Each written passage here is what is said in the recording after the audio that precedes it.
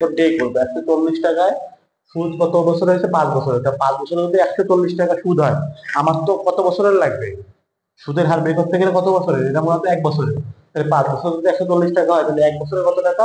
1 বছরে ভাগ করে পাইছি 28 টাকা।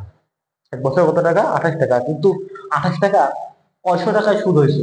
400 টাকা 28 টাকা সুদ হয়েছে, মানে মূল্য তো 400 টাকা ছিল। কিন্তু আমার তো লাগবে কত টাকা? 100 টাকা। আমার কি লাগবে ওটা বের করতে গেলে? আমার তো 100 টাকার 1 বছরের সুদ লাগবে। তাহলে 400 টাকা যদি 28 টাকা হয়, তাহলে 100 টাকা 400 টাকার থেকে 100 টাকা কয় ভাগ কম? মানে 4 গুণ কম। 400 টাকা থেকে 100 টাকা তুলনা করলে 4 গুণ কম, অর্থাৎ 28 টাকা থেকেও 100 টাকা কত হবে? 4 গুণ কম হবে, মানে 60 টাকা। বুঝেছেন? এরকম দ্রুত 5 সেকেন্ড 10 সেকেন্ড লাগবে উত্তর বের করতে। আসসালামু আলাইকুম, বিসমিল্লাহির রহমানির রহিম। আজকে সুদ কথা টপিকসের তৃতীয় ক্লাস, এবং প্রথম ক্লাসে আমরা শিখেছিলাম সুদ কথা টপিকসের উপর ফান্ডামেন্টাল বেসিক এবং এর যত সূত্র, সূত্রের প্রয়োগ, সূত্র শর্টকাট, হ্যাঁ, এবং একটা সূত্র থেকে অন্য সূত্রে কিভাবে যাওয়া যায় সেই সব টপিক শিখেছিলাম। দ্বিতীয় ক্লাসে আমরা মূলধন দ্বিতীয় ক্লাসে আমরা মুনাফা নির্ণয় শিখেছিলাম। বিভিন্নভাবে মুনাফাটা কিভাবে নির্ণয় করতে করা যায়, কিভাবে দ্রুত 5 সেকেন্ডের ভিতরে আমরা বুঝে গেলে মুনাফা নির্ণয় করতে পারবো, কিভাবে সূত্রে বসিয়ে আমরা মুনাফা নির্ণয় করতে পারবো, সে সম্পর্কে আমরা আলোচনা করেছিলাম। এবং আজকে আমরা শিখব সুদ কষার সুদের হার নির্ণয়। সুদের হার নির্ণয় এই বিষয়টা শিখতে গেলে আমাদের সূত্রের আই সমান সমান যে পিএনআর, আর সমান সমান রেট অফ ইন্টারেস্ট, এই রেট অফ ইন্টারেস্ট বা আর এর মান আমাদের বের করতে হবে। তো আর কথা না বাড়িয়ে আমরা আজকে ক্লাস করতে যাচ্ছি। প্রথম যে অঙ্কটা এখানে আছে, বার্ষিক কত হার সুদে 5 বছরে 400 টাকার সুদ 140 টাকা হবে। বার্ষিক কত হার সুদের, এই কত হার মানে হচ্ছে এখানে কি করতে হবে? আর সমান সমান হর, মানে আর এর মান বের করতে হবে। কত হার সুদে 5 বছরে 400 টাকার সুদ 140 টাকা। এখন আমি বলছিলাম যে আমরা সূত্র শুধু একটাই শিখবো, তাই না? কি শিখবো?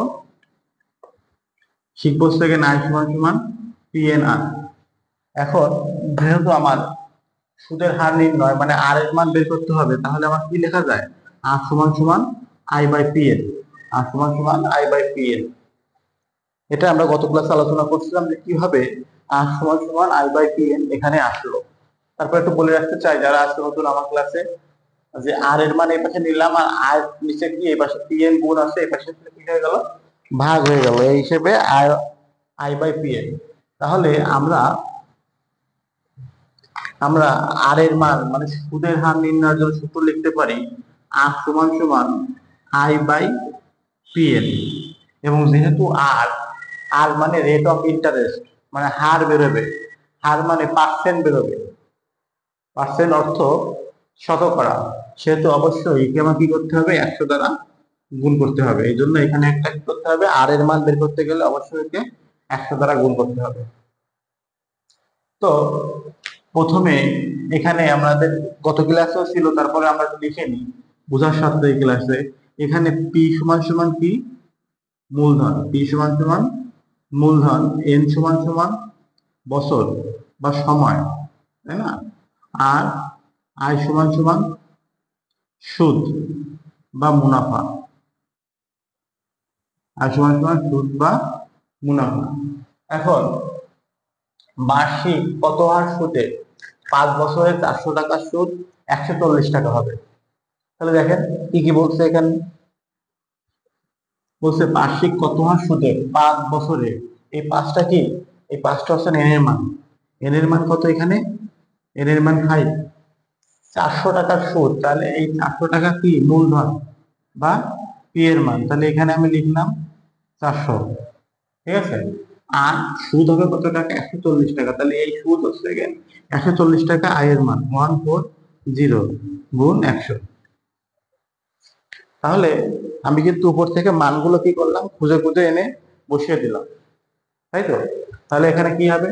এইখানে আবার একটু দেখি, বার্ষিক কত হার সুদে 5 বছরের 400 টাকার সুদ হবে 140 টাকা।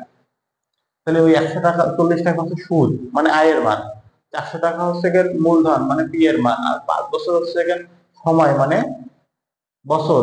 হ্যাঁ, এটা হচ্ছে নেনের মান, আমার আর এর মান এখান থেকে বের করতে হবে। আমি সবগুলো দেখে দেখে এখানে অঙ্কে বসিয়ে নিলাম।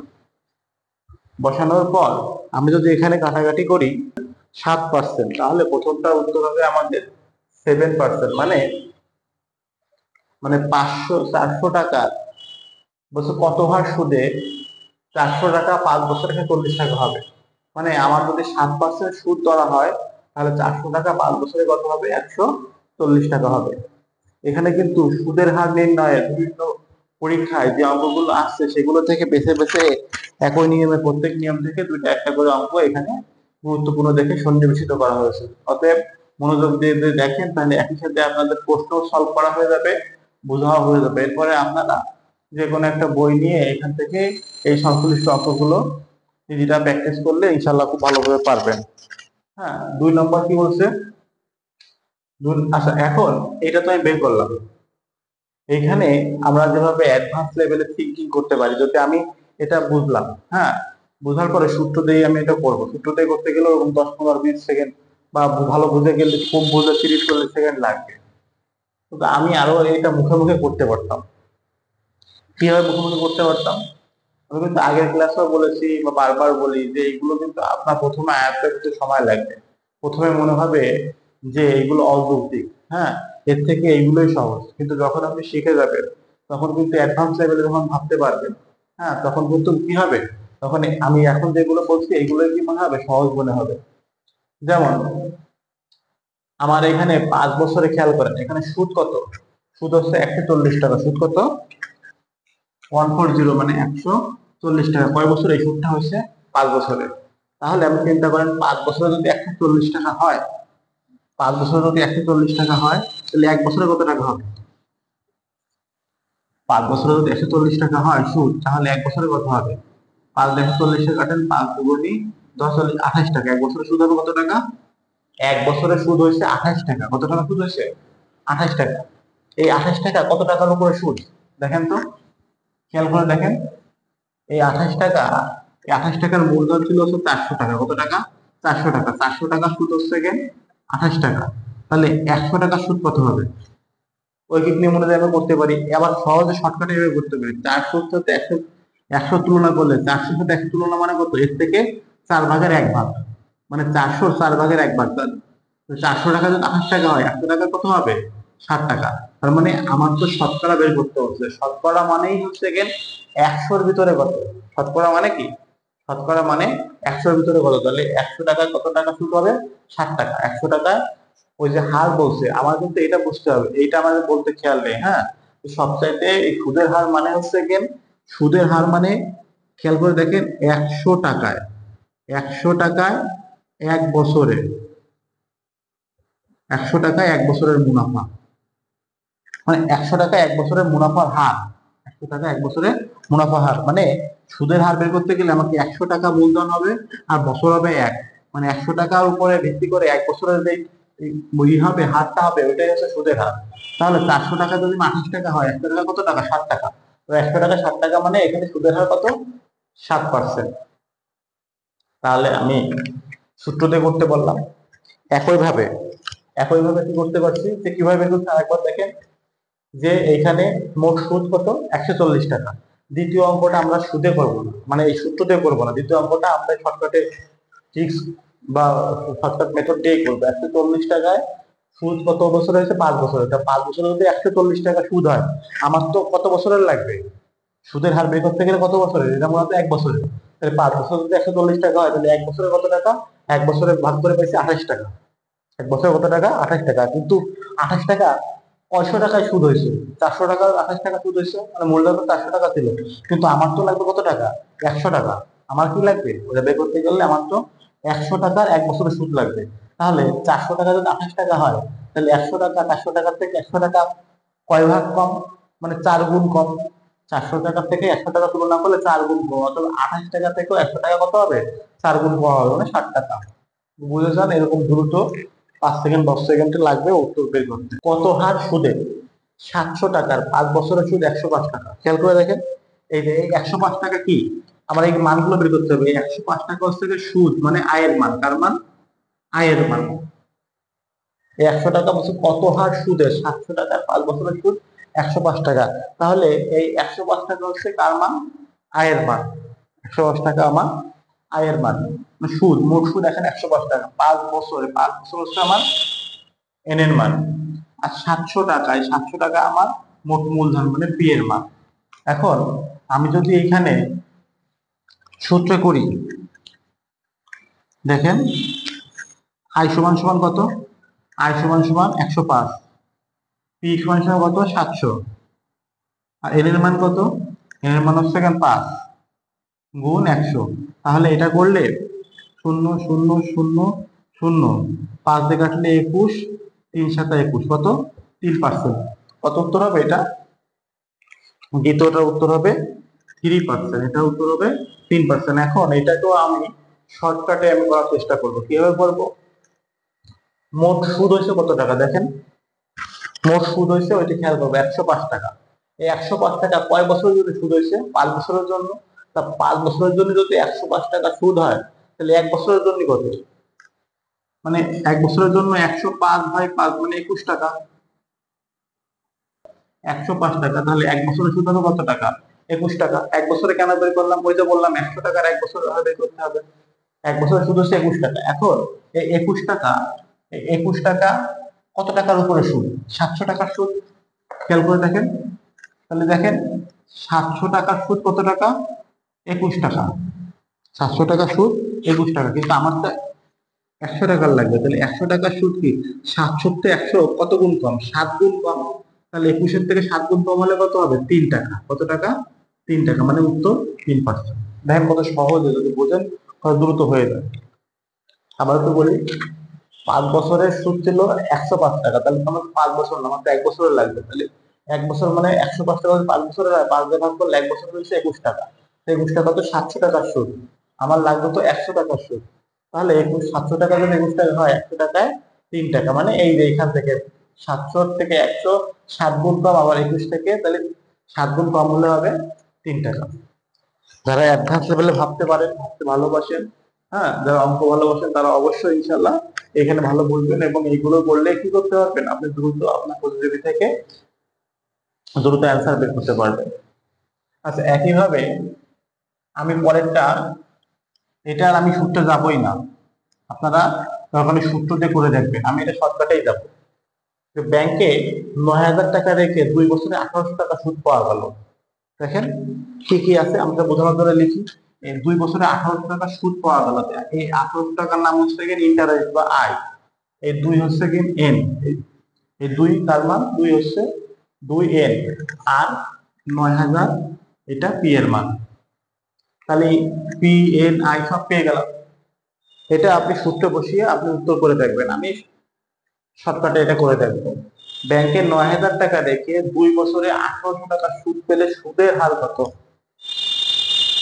তাহলে এখানে সুদ পাইছি মোট কত? 1800 টাকা। 1800 টাকার সুদ হচ্ছে কয় বছরে? 2 বছরে। তাহলে 1 বছরের সুদ কত? 1800 অর্ধেক 900 টাকা। 1 বছরের সুদ 900 টাকা। তাহলে 900 টাকা সুদ যদি হয়, ওটা কত টাকার উপর সুদ? 9,000 টাকার সুদ, তাই না? তাহলে 9,000 টাকার 1 বছরের সুদ কত? 900 টাকা। অতএব আমার তো লাগবে 100 টাকা সুদ। আমার কত টাকা সুদ লাগবে? 100 টাকা সুদ লাগবে, তাই না? তাহলে 100 টাকার সুদ 10 গুণ বেশি। 9,000 আর 900 এর ভিতরে পার্থক্য, এটা কি? এটা 10 গুণ বেশি, এটা 10 গুণ বেশি, এটা 10 গুণ কম। তাহলে এখানে 10 গুণ কম হলে কত হবে? 10 টাকা। তাহলে এই উত্তর হবে হচ্ছে কত পার্সেন্ট? 10%। কিংবা আপনি যদি এখানে যদি না বোঝেন, তাহলে এই যে আপনি কিভাবে আসলে দেখেন, ওই কিডনি আমি শর্টকাটে করেছি। কিভাবে করেছি? এই যে 9,000 টাকার সুদ কত টাকা? 900 টাকা, তাই তো? তাহলে 1 টাকা সুদ হবে 900/9,000। অতএব আমার যদি 100 টাকা লাগবে, 100 টাকা সুদ হবে উপরে 100, 0 0 0 0 কাটা 0 0, 9 দিয়ে কাটলে 9 10 কে 90, এই যে এই ঐকিক নিয়মটা ওইভাবে শর্টকাটে আমি করেছি। বুঝে গেলে আপনারা আপনাদের মতো করে ভাবতে পারেন। আচ্ছা, আমাদের এটা হলো। তারপরে কোনটা আছে? কত হার সুদে 560 টাকা 3 বছরের সুদ হবে 84 টাকা। এটাও আমি শর্টকাটে করবো, আপনার সূত্রে করে নিন। বারবার শর্টকাট বলতেছি কিন্তু এটা কিন্তু শর্টকাট না, এটা হচ্ছে কেন, আপনি যদি বোঝেন তাহলে আপনার জ্ঞানকে কাজে লাগিয়ে, আপনার মেধায় কাজে লাগিয়ে আপনি ট্রিক্স বা কৌশলটা অবলম্বন করতে পারবেন। শর্টকাট কিন্তু অন্য একটা জিনিস। যাই হোক, বলার সুবিধার্থে বলতেছি। হ্যাঁ, কত হার সুদে 560 টাকা, 3 বছরের সুদ 84 টাকা। তাহলে 3 বছরের সুদ যদি 84 টাকা হয়, খেয়াল করেন 3 বছরের সুদ কত, 84 টাকা। তাহলে 1 বছরের সুদ কত হবে, 3 দিয়ে ভাগ করলে 3 × 2 = 6, 3 × 28 টাকা। 1 বছরের সুদ হচ্ছে কত টাকা, 3 বছরের সুদ 84 টাকা। তাহলে 1 বছরের সুদ কত, 28 টাকা। এই 28 টাকা কার সুদ, 560 টাকার সুদ। 28 টাকা কার সুদ, 560 টাকা সুদ। দেখেন তাহলে, তাহলে 560 টাকার সুদ কত, 28 টাকা। আপনি কিন্তু এখানে ঐকিক নিয়ম করতে হবে, কিন্তু আমি ঐকিক নিয়ম না করে শর্টকাটে যাবো। সেটা কি, অর্থাৎ 100 টাকার সুদ কত, খেয়াল করেন 560 এর সাথে 88 একটা তুলনা করা যায়। কিভাবে তুলনা করবেন, 560, 560-এর 10% কত, 56। তাহলে 28 কত, 56-এর অর্ধেক, মানে এটা হচ্ছে এটা 5%। 560-এর 5% কত, 28 টাকা। অতএব 100-র 5% কত হবে, 100-র 5% হবে এই কত, 5 টাকা। উত্তর হচ্ছে 5%। এটা যেটা করলাম কেবল দেখেন, 560 টাকা, আমার 1800 টাকার 2 বছরের সুদ লাগবে। 84 টাকা হচ্ছে 3 বছরের সুদ, তাহলে 1 বছরের সুদ 28 টাকা। 28 টাকা কত, 560 টাকা সুদ, কিন্তু আমার তো লাগবে 100 টাকা সুদ। তাহলে আমি যদি এর সাথে এটা তুলনা করি, এটার থেকে এটা কত, মানে 560-এর 10% হচ্ছে 56, এটা আবার 56-এর অর্ধেক 28। তাহলে 100-রও কি করতে হবে, 100-রও 5% বের করতে হবে, 5 টাকা। এটা যারা এই যেটা করলাম, এটা যারা পুরো অ্যাডভান্স লেভেলে পৌঁছে যাবেন, শুধুমাত্র তারাই কি করতে পারবেন, আমার এটা বুঝতে পারবেন বা এটা করতে পারবেন। যারা একটু নর্মাল আছেন, বুঝতে পারতেছেন না, তাদের জন্য এটা আমি ঐকিক নেমে দিচ্ছি যে 560 টাকার 560 টাকার সুদ কত টাকা, 28 টাকা। অতএব 1 টাকার সুদ কত টাকা হবে, 1 টাকার সুদ হবে 28/560। অতএব 100 টাকার সুদ কি হবে, গুণ 100, 0 0, 28 × 2 = 56, 5 × 2 = 10। এই যে 5%। যারা একটু কম বোঝেন তারা কি করবেন, এই ঐকিক নিয়মে করে যাবেন।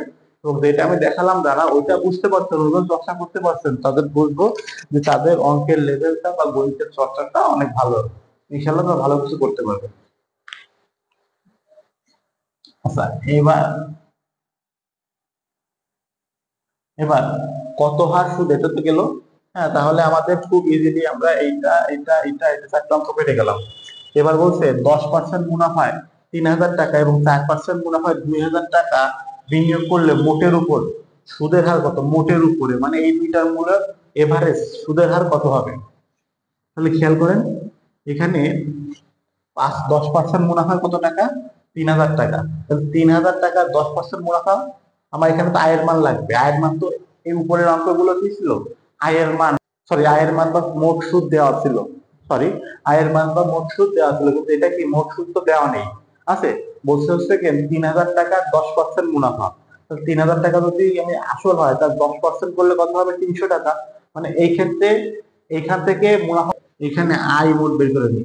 এখানে 3000 টাকা আছে না, এই যে 3000, 3000-এর 10% করো, যোগ, আর ওইটা কত, ওইটা 2000, ওইটা কত পার্সেন্ট, ওইটা হচ্ছে 8% মনে হয়, হ্যাঁ 8%। বাংলা ইংলিশ একসাথে মিশে গেছে। যাই হোক, 8% মুনাফায় কত টাকা, 2000 টাকা, তাই তো।